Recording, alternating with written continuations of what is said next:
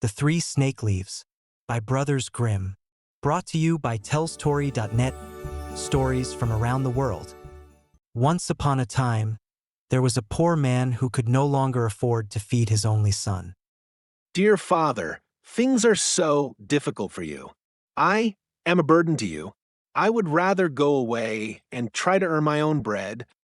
The father gave him his blessing, and with great sorrow, bade him farewell. At that time, a powerful king was waging war against his enemies. The young man joined the king's army and went to battle. When he stood before the enemy, there was a great danger, and it rained arrows so thickly that his comrades fell on all sides. And when their leader fell, the others were about to flee. But the young man stepped forward, spoke bravely to them, and said, We will not let our fatherland perish. The others followed him, and he pressed forward and conquered the enemy.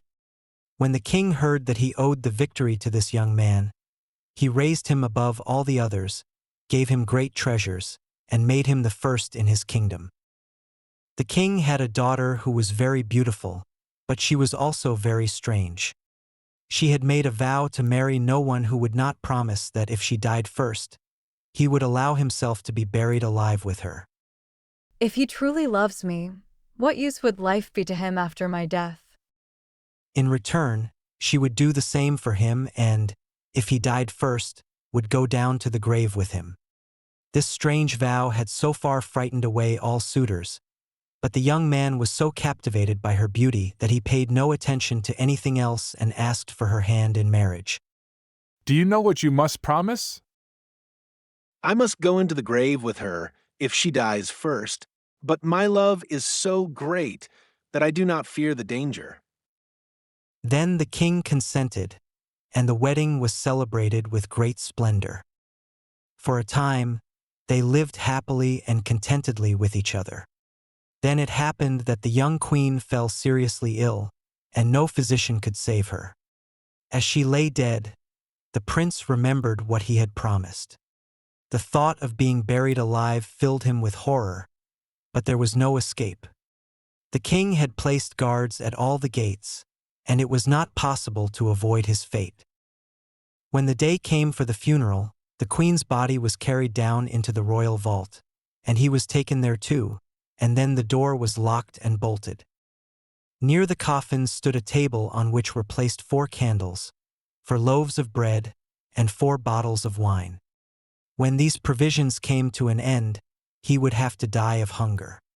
So he sat there full of grief and misery, eating each day only a tiny bit of bread, drinking only a sip of wine, and watching death creep nearer and nearer. One day, as he was staring mournfully before him, he saw a snake creeping out of a corner of the vault and approaching the body of his wife. Thinking it was coming to feed on the dead body, he drew his sword and said, As long as I live, you shall not touch her. And he cut the snake into 3 pieces. After a while, a second snake crept out of the corner, but when it saw the first one lying dead and cut in pieces, it went back and returned soon after with 3 green leaves in its mouth. Then it took the 3 pieces of the dead snake, laid them together as they ought to go, and placed one of the leaves on each wound. Immediately, the severed parts joined together, the snake moved and became alive again, and both of them hurried away together. The leaves remained lying on the ground, and suddenly a thought came into the mind of the unhappy man who had been watching all that occurred. Perhaps the wonderful power of these leaves, which restored the snake to life, might save a human being. So he picked up the leaves and laid one of them on the mouth of his dead wife, and the other 2 on her eyes.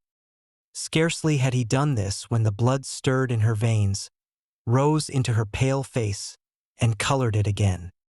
Then she drew breath, opened her eyes, and said, Where am I? You are with me, dear wife. He answered, and told her how everything had happened, and how he had brought her back to life. Then he gave her some wine and bread, and when she had regained her strength, he raised her up, and they went to the door and knocked and called so loudly that the guards heard them and told the king. The king came down himself and opened the door, and there he found both strong and well, and rejoiced with them that their trouble was now over. The prince, however, took the 3 snake leaves with him, gave them to a servant, and said, Keep them carefully for me, and carry them with you at all times. Who knows what use we may yet have for them? A change had, however, taken place in his wife. After she had been restored to life, it seemed as if all love for her husband had faded from her heart. After some time, when he wished to make a voyage over the sea to visit his old father, the prince, his wife, and the faithful servant all boarded a ship together. But once at sea, the princess forgot the great love and devotion her husband had shown her and fell into a wicked affection for the ship's captain. One day, while the prince lay sleeping, she called the captain to her and seized her husband by the head. The captain took him by the feet, and thus they threw him down into the sea. After the evil deed was done, she said to the captain, Now let us return home and say that he died on the journey. I will praise and commend you so much to my father that he will marry me to you and make you the heir to his crown. But the faithful servant who had witnessed everything and had seen his master thrown into the sea, quietly unfastened a little boat from the ship, got into it and sailed after his master, letting the traders go on their way. He fished up the dead body, and by the help of the 3 snake leaves which he carried with him, and laid on the eyes and mouth, he fortunately revived the young king once more. They both rowed with all their strength day and night, and their little boat flew so swiftly that they reached the old king before the others. He was astonished to see them return alone and asked what had happened. When he heard of the wickedness of his daughter, he said, I cannot believe that she has behaved so ill, but the truth will soon come to light. Then he told them both to go into a secret chamber and keep themselves hidden from everyone. Soon afterward, the great ship came sailing in, and the godless woman appeared before her father with a troubled countenance. Why have you come back alone? Where is your husband? Alas, dear father, I come home in great grief.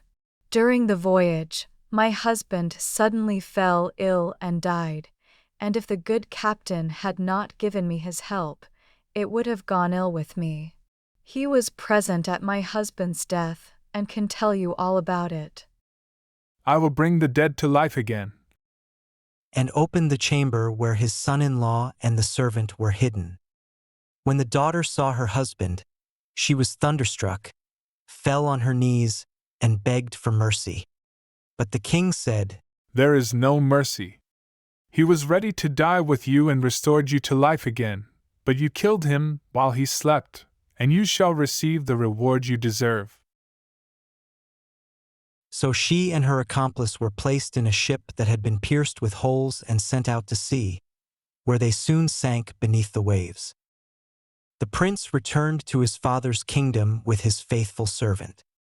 The servant who had rescued him was richly rewarded, and the 3 snake leaves were kept safely, a reminder of the strange magic that had twice preserved his life.